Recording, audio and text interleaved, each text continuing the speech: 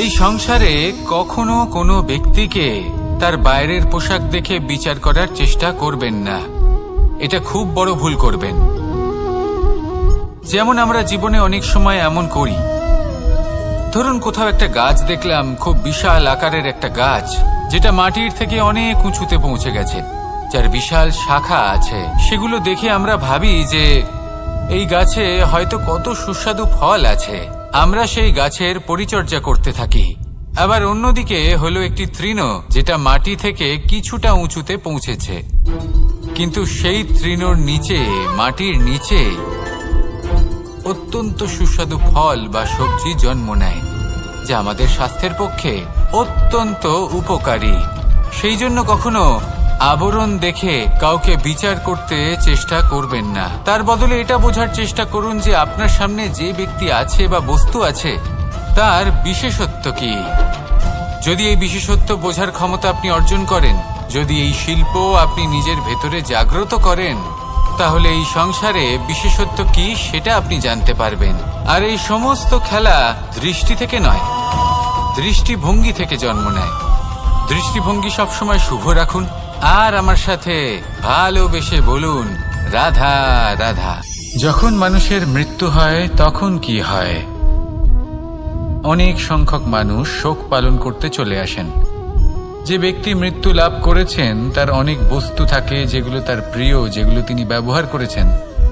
তার শয্যা, তার বস্ত্র, তার আভূষণ, সবকিছু তার থেকে বিচ্ছিন্ন করা হয় এবং খালি হাতে তাকে শ্মশানের উদ্দেশ্যে রওনা করা হয়। আমি আপনাকে এই প্রশ্ন করতে চাই, আপনি এই সংসারে কি অর্জন করেছেন? ধন সম্পত্তি, বস্ত্র, আভূষণ, এই সবকিছু যে আপনি অর্জন করেছেন, আপনার মৃত্যুর পরে তা আপনার থেকে দূর হয়ে যাবে। এর উত্তর হলো একটাই, আপনার কর্ম। শুধু সেটাই আছে যা একান্ত আপনার, আর শুধু সেটাই এই সংসার থেকে চলে যাওয়ার পরেও সংসারেই জীবিত থাকবে। যদি আপনি দুষ্কর্ম করেন, তাহলে এই সংসার আপনাকে একটি অনুচিত উদাহরণ হিসেবে মনে রাখবে যে এই ব্যক্তি খুব পাপী ছিল, অনুচিত কর্ম করতেন। যে পথে তিনি চলেছেন সেই পথে কারোর চলা উচিত নয়। সেখানেই যদি আপনি সৎকর্ম করেন, তাহলে সংসার চিরকাল এটাই বলবে যে খুব ভালো মানুষ ছিলেন, সবাইকে ভালোবাসতেন, সবাইকে সাহায্য করতেন, আমার খুব প্রিয় মানুষ ছিলেন। এটাই হলো শ্রেষ্ঠ কর্ম। সেই জন্য জীবনে শুধুমাত্র ধন সম্পত্তি, আভূষণ, এই সব অর্জন করতে গিয়ে নিজের মনোনিবেশ করবেন না। শ্রেষ্ঠ কর্ম করুন। সংসার থেকে চলে যাওয়ার পরেও এই কর্মই এই সংসারে আপনাকে জীবিত রাখবে। আসুন আমার সাথে ভালোবেসে বলুন, রাধা রাধা।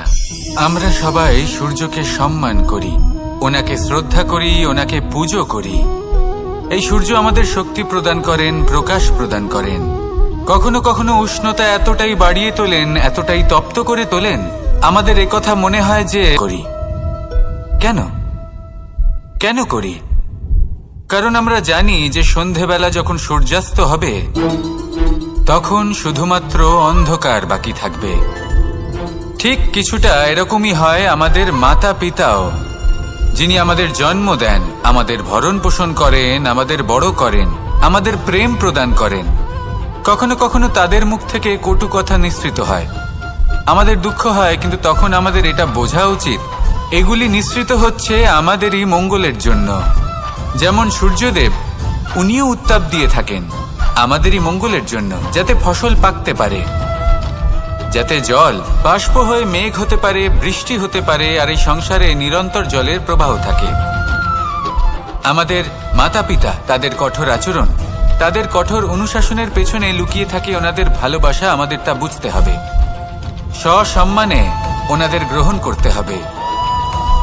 কারণ ঠিক সূর্যাস্তের পরে যেমন চতুর্দিক অন্ধকারচ্ছন্ন হয়ে যায়, তেমনি আমাদের জীবন থেকে যখন আমাদের মাতা পিতা চলে যায়, তখন আমাদের জীবনেও শুধু এবং শুধুমাত্র অন্ধকারই ছেয়ে থাকে।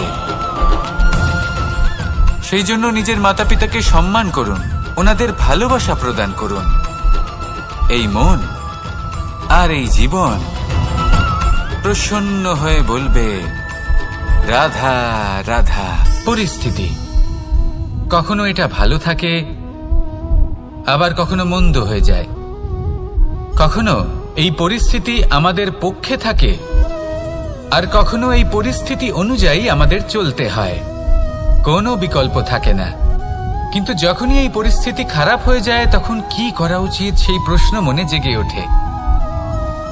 পরিস্থিতি যখন প্রতিকূল হয় তখন আমরা কিছু হারালে তা হারিয়ে ফেলি, ঠিক আছে, কিন্তু যা বাকি আছে সেটা আমরা আগলে রাখতে পারি।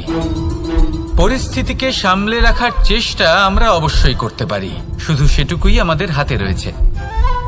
কিন্তু এর থেকেও বড় সমস্যা আছে, অহংকার। কখন প্রবেশ করে আমরা জানতেও পারি না। এই অহংকার আপনাকে বুঝতেও দেবে না যে আপনি সত্যি কিছু হারিয়েছেন। আপনার কিছুই যাবে আসবে না।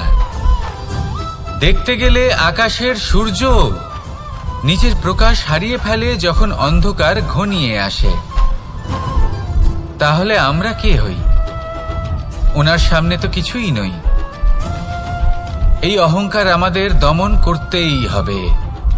এটা বিশ্বাস করতে হবে যে এই সমগ্র সৃষ্টিতে আমরা শুধুমাত্র একটা কণা, তার থেকে বেশি আর কিছুই নয়। বিশ্বাস করতে হবে যে আমরা ততটাও বড় নই যে কখনোই কিছুই হারাবো না। এবার যেদিন এই জ্ঞান আপনি আত্মস্থ করে নিজের আচরণ পাল্টাবেন, মনে রাখবেন সেই দিনই অহংকারকে দমন করতে আপনি পথে অগ্রসর হয়ে পড়েছেন। এই অহংকারকে দমন করুন আর আমার সাথে ভালোবেসে বলুন রাধা রাধা। আমি দ্বারকাধীশ এবং আমার সভাতে বিভিন্ন সময় বিভিন্ন ধরনের মানুষ আসেন, নিজেদের দাবি নিয়ে, নিজেদের ইচ্ছে নিয়ে। কখনো কেউ ভোজন চান, আবার কখনো কেউ ওষুধ। কখনো কেউ বস্তু চান, কেউ আবার চান বস্ত্র। কারোর জ্ঞান চাই, কারোর ধন চাই, আবার কারোর বাসস্থান। অনেক সময় আমি এই অনুরোধ, এই ইচ্ছে পূর্ণ করি না। এবার আপনি এটা ভাবতেই পারেন যে কৃষ্ণ তো তাহলে লোভী, ওর কাছে তো সবকিছুই রয়েছে, তারপরেও সে নিজের প্রজার ইচ্ছে পূর্ণ করে না, তাদের সমস্যাগুলি বুঝতে পারে না, তাদের সুখ স্বাচ্ছন্দ্য প্রদান করে না। আসল সত্য হলো এটাই যে কোনো সবল ব্যক্তি, যে কোনো গৃহস্থ ব্যক্তি যে কাজ করতে সক্ষম, তার পরিশ্রম দ্বারাই নিজের প্রয়োজনগুলি এবং ইচ্ছেগুলি পূরণ করা উচিত। এটা অত্যন্ত প্রয়োজনীয়। আর এগুলো তিনি করতে পারেন শিল্প, ব্যবসা, আচরণ অথবা জ্ঞানের ভিত্তিতে। এই পথে চলতে হবে, পরিশ্রম করতে হবে, তবেই সে কিছু অর্জন করতে পারবে। এবার এমন কোনো ব্যক্তি যার এই সব কিছুতে কোনো রুচি নেই, যে কিছুই করতে চায় না, সে কিছুই অর্জন করতে পারবে না। এবার এরকম কোনো ব্যক্তিকে যদি আমি কোনো বস্তু প্রদান করি, তাহলে কি হবে? সে পরাধীন হয়ে যাবে, আর সেটা উচিত হবে না। তাহলে কি করা উচিত? তাকে পথ দেখানো, তাকে বোঝাতে হবে যে কোন পথে চলে তুমি নিজের লক্ষ্য প্রাপ্ত করতে পারবে। শিল্প, জ্ঞান, আচরণ এবং ব্যবসা, এই পথে কিভাবে চলে সেটা শেখাতে হবে। আর আমি সেটাই করি। তার ফলে কি হয়? ব্যক্তি স্বাধীন হয়ে যায়। সংসারে সে যা চাইবে তাই প্রাপ্ত করতে পারবে, কখনো কারোর থেকে কিছু চাইবার প্রয়োজন পড়বেই না। এই কথাটা সবসময় মনে রাখবেন। যখনই দান করবেন তা ভাবনা চিন্তা করে এমনভাবে দান করবেন যাতে সামনের ব্যক্তি স্বাধীন হতে পারেন, পরাধীন নয়। আসুন আমার সাথে ভালোবেসে বলুন রাধা রাধা।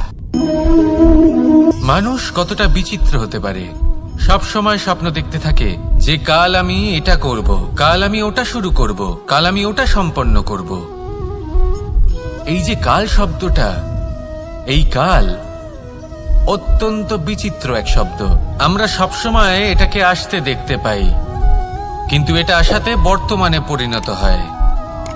আবার আজ নতুন কাল দেখতে পাই, তার জন্য অপেক্ষা করি, যখন সেটা সামনে আসে বর্তমানে পরিণত হয়। এই কাল সবসময় একটা মিথ্যে সান্ত্বনা দেয় যে সে আসছে, কিন্তু সে কখনোই আসে না। যেটা আপনার হাতে রয়েছে তা হলো আজ, বর্তমান। তাই যা করার আছে, যা সম্পন্ন করতে চান, যা শুরু করতে চান, আজ করুন, বর্তমানে করুন। কারণ আজ আপনি যা করবেন সেটাই আপনার ভবিষ্যৎ নির্ধারিত করবে। ভবিষ্যতের বিষয়ে ভাবতে থাকলে ভবিষ্যৎ সুন্দর হবে না। আজ কর্ম করতে হবে। তাই আজ বর্তমানে জীবনযাপন করুন, কর্ম করুন, আর আমার সাথে ভালোবেসে বলুন, রাধা রাধা। এটা যতটাই বিশাল আকার, ঠিক ততটাই সরল। এই আকাশ যতই অন্ধকারাচ্ছন্ন, ততটাই আলোর প্রকাশ প্রদান করে থাকে। দেখতে গেলে এ হলো জীবনের সঞ্চালক, কিন্তু যদি ক্রুদ্ধ হয়ে যায় তাহলে প্রাণ কেড়ে নিতেও দ্বিধাবোধ করে না। এই আকাশ শুধুমাত্র পৃথিবী লোক নয়, বরং এই সমগ্র ব্রহ্মাণ্ডকে, এই সমগ্র সৃষ্টিকে, এর প্রত্যেকটা তারাকে, প্রত্যেকটা গ্রহকে একটা বিশেষ স্থান প্রদান করে।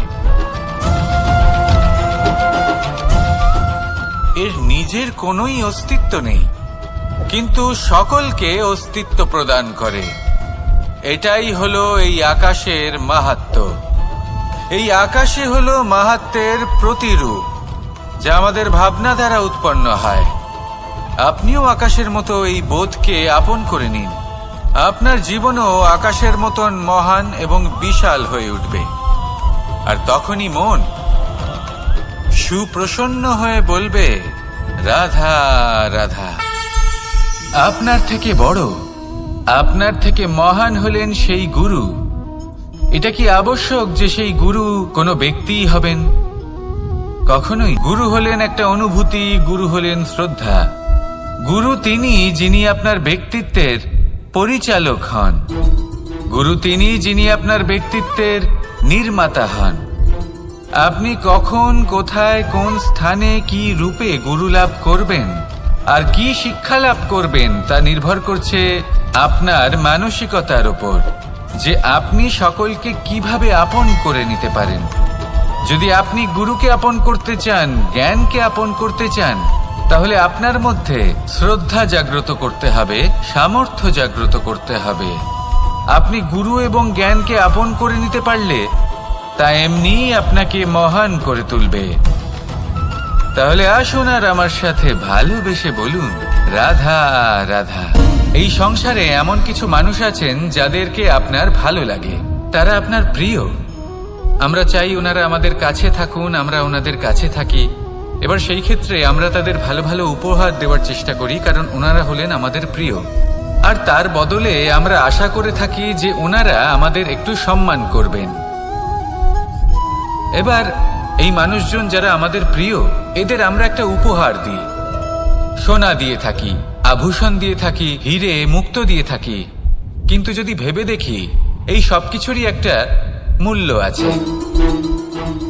ভেবে দেখুন, আপনি কি তাদের এমন কোনো উপহার দিতে পারেন যা কিনা অমূল্য? তা এরকম উপহার কি হতে পারে? ঠিক বলেছেন আপনি, প্রেম। এই প্রেমই হলো অমূল্য, কারণ মন থেকে এর উৎপত্তি হয়। না চেয়ে পাওয়া যায় আর না ছিনিয়ে নেওয়া যায় এই ভালোবাসা। ঠিক এইরকমই হয় এই সম্মান। যদি সম্মান করো তাহলে মন থেকে এবং ভালোবেসে করো, ভয় পেয়ে নয়। মনে রাখবেন, যে মাথা ভয়ের দ্বারা নত হয়, বিরোধিতাও প্রথমে সেই করে থাকে। যে মাথা ভালোবেসে নত হয়, তা আপনার জন্য বলিদানও দিতে পারে। এই সংসারের সব থেকে বড় উপহার, সব থেকে বড় বরদান এই প্রেম এবং সম্মান। তাকে সম্মান করুন আর আমার সাথে ভালোবেসে বলুন, রাধা রাধা। কখনো কোনো চাতককে দেখেছেন? একটা চাতক বর্ষার জন্য অপেক্ষা করে। সেই বর্ষার জলে নিজের তৃষ্ণা নিবারণ করে, নয়তো সারা বছর তৃষ্ণার্ত থেকে যায়। ও আকাশের দিকে তাকিয়ে থাকে আর অপেক্ষা করে যে কবে বর্ষা হবে আর কবে আমি আমার তৃষ্ণা নিবারণ করব। সেখানে অন্যদিকে একটি কাক বা একটা পায়রা, এরা কি করে? যেখানে জল পায় পান করে নেয়, যেখানে খাবার পায় খেয়ে নেয়। আত্মীয় স্বজন, বন্ধু বান্ধব যাকেই পায় তার সাথে সময় কাটায়, খাবার খায় আর চলে যায়। এবার এদের মধ্যে মিল কোথায় আর পার্থক্য কোথায়? দুজনের কাছেই ডানা রয়েছে, দুজনেই উড়তে পারে। এই আকাশ হলো ওদের, খাবারের দানা ওদের। পার্থক্য হলো তাদের অভিলাষার, পার্থক্য হলো তাদের আকাঙ্ক্ষার, পার্থক্য জীবন যাপনের ধরনের। এবার যত বেশি আকাঙ্ক্ষা থাকবে, যত দামি জীবন যাপন করার ইচ্ছে থাকবে, তত বেশি কষ্ট আপনাকে সহ্য করতে হবে। আবার অন্যদিকে জীবন যত সরল হবে, জীবন যাপন যত সরল হবে, সমস্যা ততটাই কম হবে।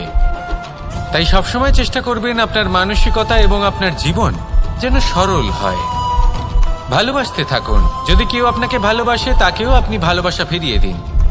তাদের সাথে কথা বলুন, কিছু তাদের কথা শুনুন, কিছু নিজের কথা বলুন। দেখবেন সকল তাপ উত্তাপ দূর হয়ে গেছে। এটাই তো হলো জীবনের সারমর্ম। তাই প্রেমে থাকুন, ভালোবাসুন, আর ভালোবেসে আমার সাথে বলুন, রাধা রাধা।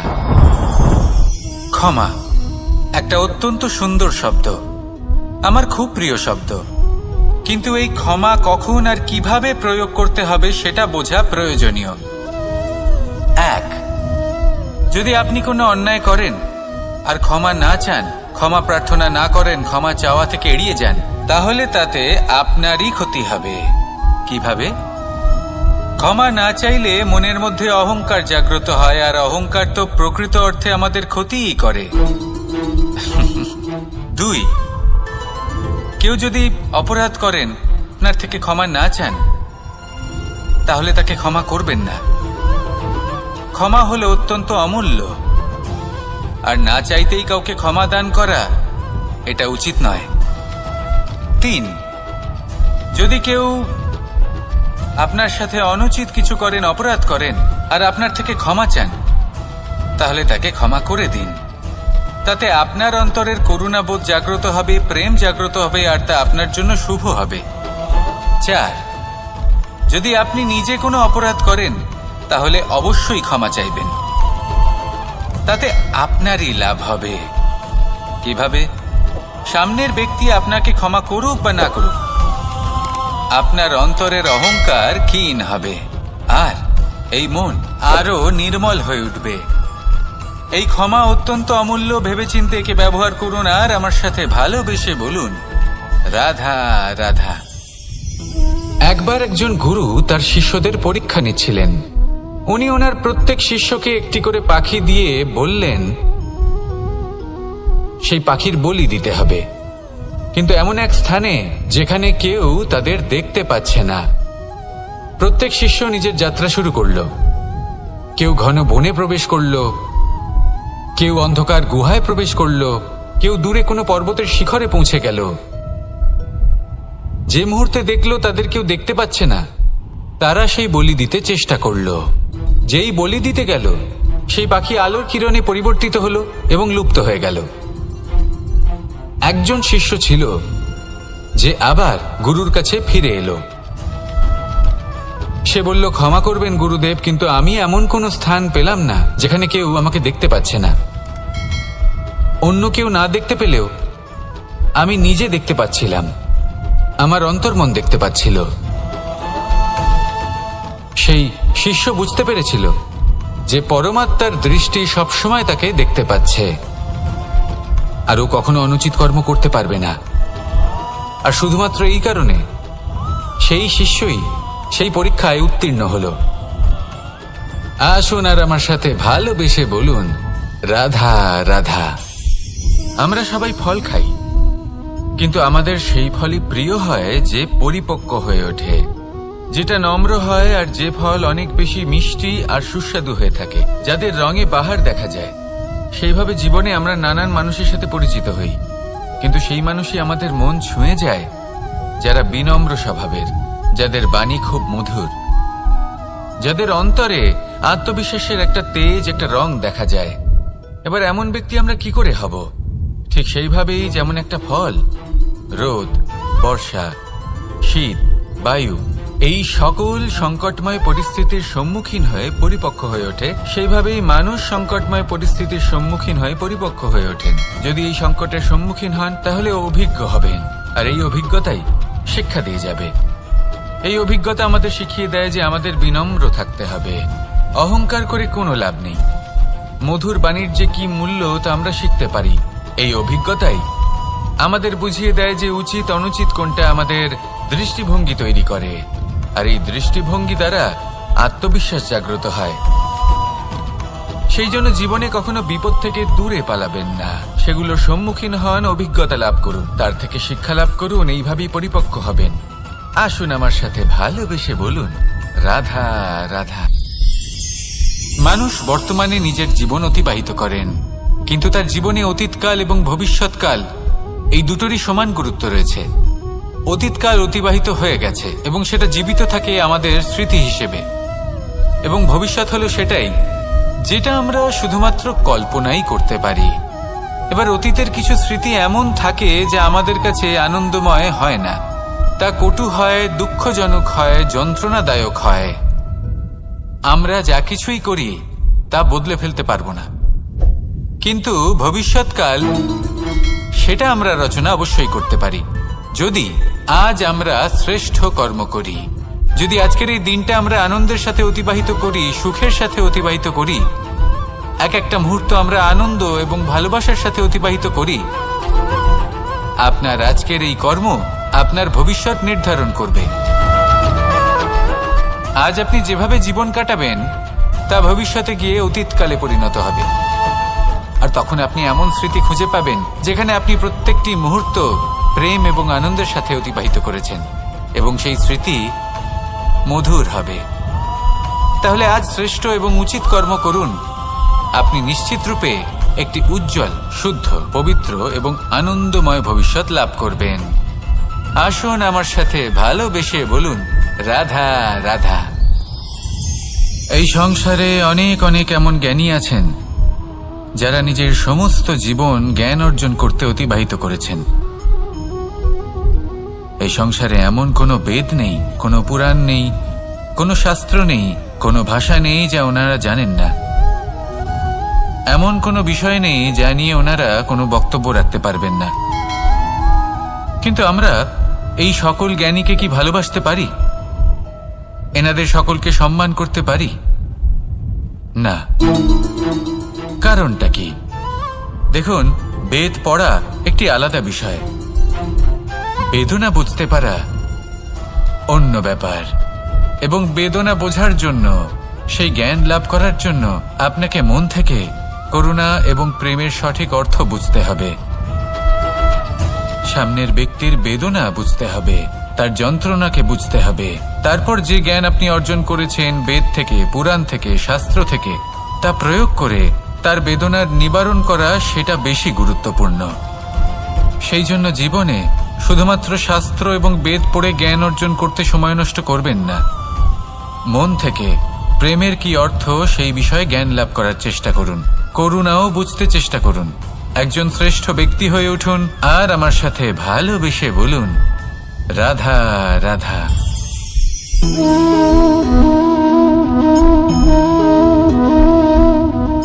জল এই সংসারের সমস্ত প্রধান তত্ত্বের মধ্যে একটি। এই জল যে কোনো জ্বালা দূর করে, আগুনকে নিভিয়ে দেওয়ার ক্ষমতা রাখে, অবিরল অবিচল ভাবে প্রবাহিত হতে পারে, একে কেউ বাধা দিতে পারে না। এর পথে বাধা সৃষ্টি করলে নিজের পথ নিজেই খুঁজে নেবে, বা সে নিজেই নিজের পথ বানিয়ে নেবে, কিন্তু কখনো থামবে না। এই জল হলো মহান, আর এর একটা মহান গুণ আছে, এর নিজস্ব কোনো রং নেই। কিন্তু যখন মেঘ থেকে বৃষ্টি রূপে পৃথিবীতে ঝরে পড়ে, তখন সমস্ত সংসারকে রঙিন করে তোলে। যেখানে খরা হয়েছে সেখানে শ্যামল করে তোলে, যে স্থান শ্যামল সেখানে ভিন্ন ভিন্ন প্রকারের পুষ্প ফুটিয়ে তোলে। এই জল, এই জলের মতন আমাদের হতে হবে। ওর যেমন কোনো রং নেই, আমাদেরও যেন কোনো অহংকার না থাকে। শুধু কর্মের এই ধারাতে বইতে থাকুন, এই সংসারের মঙ্গল করতে থাকুন, শ্রেষ্ঠ কর্ম করতে থাকুন। এই সংসারকে এটা বলার কোনো প্রয়োজন নেই যে আপনি কে। আপনি যদি কর্ম করতে থাকেন তাহলে এই সংসার নিজে থেকেই আপনার মূল্য জানতে পারবে, আর তখন এই মন প্রসন্ন হয়ে বলবে, রাধা রাধা। বড়ই অদ্ভুত ব্যাপার। একটি পাথরের প্রতিমা যখন মন্দিরে স্থাপিত হয় তখন তা আমাদের কাছে ভগবান সম হয়ে দাঁড়ায়, কিন্তু যখন একজন জীবিত মানুষ মন্দিরে গিয়ে থাকেন তখন তার শরীর, মন, আত্মা সেই সব পাথর সম হয়ে দাঁড়ায়। কিন্তু এমনটা আমি ঠিক কেন বললাম ভেবে দেখুন। মানুষ এটা চান যে কোনো পরিস্থিতি, যে কোনো স্থানেই তার বিজয় হোক, কিন্তু এখানে এসে সে পরাজিত হয়। এরকম ঠিক কেন হয়? সমস্ত খেলা হলো ভাবনা চিন্তার, বিচারধারার, দৃষ্টিভঙ্গির, উত্তরদায়িত্বের খেলা। পাষাণের এই প্রতিমা, তার একটি উত্তরদায়িত্ব আছে, আশা ধরে রাখার দায়িত্ব। সেই আশা জানিয়ে মানুষ মন্দিরে আসেন। তেমনি মানুষের একটি উত্তরদায়িত্ব আছে যেটা সে ভুলে যায়, আর সেই উত্তরদায়িত্ব হলো এটা, যে মন্দিরে যে ভগবানকে সে প্রসন্ন করতে যাচ্ছে তাকে সে তখনই খুঁজে পাবে যখন পূর্ণরূপে সে সমর্পিত থাকবে। যদি মনে সমর্পণের ভাব না থাকে তাহলে ভগবান কখনো প্রসন্ন হবেন না। নিজের উত্তরদায়িত্ব বোঝার বদলে মানুষ শুধু একটা অনুষ্ঠান পালন করেন, যেমন ফুলের একটা মালা অর্পণ করেন, আর সেই কারণেই তিনি পরাজিত হন। আপনি ফুলের মালা অর্পণ করুন, প্রসাদ অর্পণ করুন, কিন্তু মনের মধ্যে পূর্ণ সমর্পণের ভাব থাকা প্রয়োজনীয়। তবেই আপনি মন্দিরে গিয়েও প্রাণবন্ত হয়ে থাকতে পারবেন, তবেই ঈশ্বরকে প্রসন্ন করতে পারবেন। আসুন আমার সাথে ভালোবেসে বলুন, রাধা রাধা। এই জীবন কিভাবে বদলানো সম্ভব? কিছু মানুষ বলেন যে নিরন্তর কাজ করলে, পুরুষার্থ পালন করলে এই জীবন বদলে ফেলা সম্ভব। আজ আমি আপনাকে বোঝাবো যে এক মুহূর্ত, সময় আর সিদ্ধান্ত কতটা গুরুত্বপূর্ণ হয়। এক মুহূর্তই যথেষ্ট। একটা মুহূর্ত এত শক্তিশালী হতে পারে যে তা আপনার সমগ্র জীবন পাল্টে দিতে পারে। এমন এক সময় ছিল শ্রীরামের কাছে যখন ওনাকে সিদ্ধান্ত নিতে হয় যে উনি নিজের পিতার আদেশ পালন করতে বনবাসে যাবেন নাকি যাবেন না। উনি সেই আদেশ পালন করেছিলেন, তারপর সময় অনুসারে উপযুক্ত সিদ্ধান্ত নিলেন। আর আজ সকলের মনে বসবাস করেন শ্রীরাম। আর অন্যদিকে আছে রাবণ। ওনার কাছে একটা সময় ছিল, একটা সুযোগ ছিল নিজের প্রারব্ধকে শুভ করে তোলার। উনি ভুল করলেন আর মৃত্যু লাভ করলেন। নির্বাচন সবসময় আপনার হাতে, শুধু আপনাকে সময়কে বুঝতে হবে, সেই মুহূর্তকে বুঝতে হবে আর উচিত সিদ্ধান্ত নিতে হবে, ব্যাস।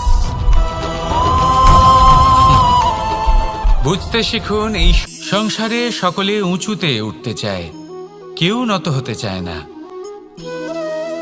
সবাই এটা মনে করে যে নত হওয়ার অর্থ হলো তাদের আত্মসম্মান এবং অহংবোধের বিরুদ্ধাচরণ করা।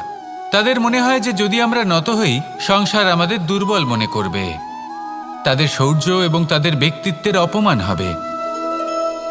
কিন্তু এটা কি সত্যি? প্রত্যেকবার নত হওয়ার অর্থ কি সম্মানহানি হওয়া? আপনি বড়দের আশীর্বাদ কিভাবে লাভ করেন? আপনি নত হয়ে তবেই তাদের আশীর্বাদ লাভ করতে পারেন, তাই না? ভেবে দেখুন, আপনি একটা পথে হাঁটছেন, আপনি দেখতে চাইছেন যে আপনি সঠিক পথে হাঁটছেন কিনা, পায়ের নিচে কাঁটা পড়ে আছে কিনা। কিভাবে দেখবেন? আপনাকে সেই মাথা নত করেই দেখতে হবে। এর অর্থ কি? অর্থ খুব সহজ। প্রত্যেকবার নত হওয়া অনুচিত নয়, সেটা কোনোভাবেই সম্মানহানি নয়। পরিস্থিতি অনুসারে এবং যেখানে প্রয়োজন আপনি নত হতে শিখে গেলে আপনি অনেক কিছুই লাভ করতে পারবেন। জ্ঞান, মান, গুণ, বিশ্বাস। সেই জন্য প্রয়োজন এবং পরিস্থিতি অনুসারে নত হতে শিখুন, এতে অনুচিত কিছুই নেই। আত্মসম্মান থাকা অত্যন্ত প্রয়োজনীয়, কিন্তু তা যেন কখনো অহংকারে পরিণত না হয়। এই বিষয়ে অবশ্যই নজর রাখবেন এবং আমার সাথে ভালোবেসে বলবেন, রাধা রাধা। মানুষের জীবন দেখলে এতে সংকটও আসবে, বিপদও আসবে, অনেক সমস্যাও আসবে। কখনো কখনো এমন সময় আসবে যখন আমাদের আপনজনের থেকে সাহায্য চাইতে হয়। আমরা সাহায্য চাই আর তারা সাহায্য করেও দেন, আমাদের সংকট থেকে মুক্তও করে দেন। কিন্তু যখন এই সময় বদলে যায়, যখন সুখের সময় আমাদের জীবনে আসে, তখন আমাদের মনে একটা অহংবোধ জেগে ওঠে। মনে হয় উপকার আবার কি? সেই ব্যক্তি সাহায্য করেছিলেন তাতে কি? উনি তো নিজের কর্তব্য পালন করছিলেন। সেই ব্যক্তি আমাদের ধন দিয়েছিলেন যখন প্রয়োজন ছিল, তো আমরা সেই ধন তো ফিরিয়ে দিয়েছি। উপকার কিসের? এই ভাবনা অনুচিত। যদি কোনো ব্যক্তি আপনাকে সাহায্য করে থাকে যখন কেউ করেনি, যখন আপনার সবথেকে বেশি প্রয়োজন ছিল, সেই সাহায্য অমূল্য, আর সেটা উপকারী বটে। যদি কেউ উপকার করেন তাহলে বিনম্র চিত্তে ভালোবেসে আজীবন তার উপকারের প্রতি কৃতজ্ঞ থাকুন। কারণ সত্যি কথা বলতে এই সংসারে উপকার করার মতো ব্যক্তি খুব কম রয়েছেন, আর উপকারীর কথা মনে রাখেন এমন কৃতজ্ঞ ব্যক্তি আরও কম। সেই জন্য জীবনে কৃতজ্ঞ থাকুন আর আমার সাথে ভালোবেসে বলুন, রাধা রাধা। জ্ঞান এবং অহংকার, এই দুইয়ের মধ্যে সম্পর্ক কোথায়? সম্পর্ক ঠিক সেরকম যেরকম হাত এবং কাকনের, যেমন চোখ এবং দৃষ্টির সম্পর্ক। এবার আপনি বলবেন, এ আমি কি বলছি? জ্ঞান এবং অহংকারের এমন সম্পর্ক কি করে হতে পারে? দেখুন, যে ব্যক্তি জ্ঞানী, যার কাছে জ্ঞান রয়েছে এবং তিনি জানেন যে তার কাছে জ্ঞান রয়েছে, তার মধ্যে নিজে থেকেই অহংবোধ জাগ্রত হয়। খুব কম সংখ্যক এমন জ্ঞানী ব্যক্তি আছেন যারা নিজেদের অহংকারের বিষয়ে আঁচ করতে পারেন। প্রকৃত জ্ঞানী হলেন তিনি, যিনি নিজের জ্ঞানের সদ্ব্যবহার করে অহংকারকে দূর করেন। উচিত সময়ে বুঝে যান, নিজের অন্তর যাচাই করে এই বিষয়টা দেখেন যে তার অন্তরে অহংবোধ জাগ্রত হচ্ছে, এবং নিজেকে সেখানেই থামিয়ে দেন, যাতে অহংকারের পথে তিনি অগ্রসর না হয়ে যান। এই অহংকার কখন উচিত, কখন অনুচিত, কখন প্রয়োগ করা উচিত, উচিত নয়, কখন বাধা দেওয়া উচিত, এটা শেখা অত্যন্ত প্রয়োজনীয়। আর যদি এটা আপনি শিখতে পারেন, তাহলে আপনি একজন জ্ঞানীও হয়ে উঠবেন এবং সুখীও থাকবেন। তাই মনে রাখবেন, এই জ্ঞান নিয়ে কখনোই অহংকার করবেন না, বরং সবসময় নিজের অহংবোধের বিষয়ে প্রকৃত ধারণা রাখবেন। আসুন আমার সাথে ভালোবেসে বলুন, রাধা রাধা। আপনি অবশ্যই কোনো গাছ দেখে থাকবেন যেখানে অনেক পৌঁছে যান, অনেক বেশি ধন অর্জন করে ফেলেন। তখন মনে রাখবেন যে আপনি যেন অহংকারী না হয়ে পড়েন। বিনম্র থাকতে হবে। সেই ধনকে ব্যবহার করতে হবে উচিত কাজের জন্য। সেই ধনের দ্বারা সমাজের মঙ্গল করা উচিত। সকল মানুষকে সাহায্য করা উচিত যাদের ধনের অভাব আছে। যদি ধনী হওয়া সত্ত্বেও আপনি ধনের সদ্ব্যবহার এই সমাজের মঙ্গলের জন্য, তার ভালোর জন্য না করেন, যদি আপনি ধন দান না করেন, তাহলে এই ধন অহংকার রূপী বিষে পরিণত হয়ে আপনাকেই নাশ করবে। তাই ফলে ভরা গাছের মতো নত হয়ে থাকুন, বিনম্র হয়ে থাকুন, দান করুন আর আমার সাথে ভালোবেসে বলুন। যদি পূর্ণ করতে হয়, উচিতভাবে করতে হয়, উচিত সময়ের মধ্যে করতে হয়, তাহলে প্রয়োজন সততার এবং অখণ্ড প্রচেষ্টার। সততা ছাড়া আপনি যে কাজই করুন না কেন, উচিত সময় তা সম্পূর্ণ হবে না, আর মনোবাঞ্ছিত ফল আপনি কখনোই পাবেন না। তাই যে কাজই আরম্ভ করুন না কেন, সততার সাথে এবং অখণ্ড প্রচেষ্টার সাথে করুন। তখনই কর্ম এবং তখনই এই জীবন সফল হবে, এবং এই মন প্রসন্ন হয়ে বলবে, রাধা রাধা। বিন্দু বিন্দু জলেই সাগর নির্মাণ হয়। এবার এই কথা আমরা সকলে জানি। আপনি কি এই কথাটা জানেন যে ছোট ছোট সুখের দ্বারাই বড় সুখ লাভ করা যায়? একজন বাবাকে দেখুন, সন্তানের জন্ম থেকে তার যুবক হওয়া পর্যন্ত তার সাথে ছোট ছোট সুখ যাপন করেন। এই ছোট ছোট সুখগুলি তাদের প্রেমের সম্পর্কে গভীরতা নিয়ে আসে, এবং প্রেমের এই গভীরতা তাদের জীবনে বড় সুখ নিয়ে আসে। এটা ঠিক সেই রকম যেরকম বিশাল এক সমুদ্রে, গভীর এক সমুদ্রে অমূল্য রত্ন খুঁজে পাওয়া যায়। এটাও ঠিক সেই রকমই। সেই জন্য জীবনে বড় বড় সুখের খোঁজ করতে গিয়ে সময় নষ্ট করবেন না। এই যে ছোট ছোট সুখ আছে, এগুলোকে যাপন করা শুরু করুন, এগুলোর আনন্দ লাভ করুন, এগুলো নিয়ে উৎসব পালন করুন, প্রেমের গভীরতা বুঝুন আর এই গভীর প্রেমে মন নিমজ্জিত করুন। তারপরে দেখুন এই মন আর এই জীবন সুপ্রসন্ন হয়ে বলবে রাধা রাধা। প্রত্যেক দিন করতে হবে আর একটা অমূল্য শিক্ষা পেতে হবে। মনে করুন যে আপনি মহাপুরুষের সামনে বসে আছেন, কোনো মহাজ্ঞানীর সামনে, তাহলে সেই ব্যক্তির সামনে নিজের জ্ঞানের প্রদীপ প্রজ্বলিত করবেন না, নীরব থাকুন আর সেই ব্যক্তির সূর্যের প্রকাশের মতো জ্ঞান প্রাপ্ত করুন। যতটা পারবেন জ্ঞান লাভ করুন। যদি এমন কোনো সময় এমন কোনো স্থানে আপনি আছেন যেখানে চতুর্দিক অন্ধকার, কারোর কাছেই জ্ঞান নেই, সেখানে নিজের জ্ঞানের প্রদীপ প্রজ্বলিত করুন। এমন করলে দুদিক থেকেই আপনার লাভ হবে, আপনার জ্ঞান প্রাপ্তিও হবে আর জ্ঞানের সঠিক প্রয়োগও করতে পারবেন। আর এই মন প্রসন্ন হয়ে বলবে রাধা রাধা। এই জীবনযাপন করেন, আসল বাস্তবটা কি তাতে ওনাদের কিছুই যায় আসে না। এমন কিছু মানুষ আছেন যাদের কাছে বিন্দুমাত্র জ্ঞান নেই, সে না হয় ঠিক আছে, কিন্তু জ্ঞান এমনভাবে প্রদান করবেন যে মনে হবে সংসারের সমস্ত জ্ঞান তাদের কাছেই রয়েছে। এমন কিছু মানুষ আছেন যারা ভালোবাসতে জানেন না, আর তাও আমি মেনে নিলাম, কিন্তু কথা এমনভাবে বলবেন তাতে মনে হবে যেন প্রেমের বিষয়ে সবকিছু শুধুমাত্র ইনিই জানেন। এবার আমি এমন কথা অবশ্যই বলছি না যে আপনি এরকম করেন, কিন্তু যদি কোনো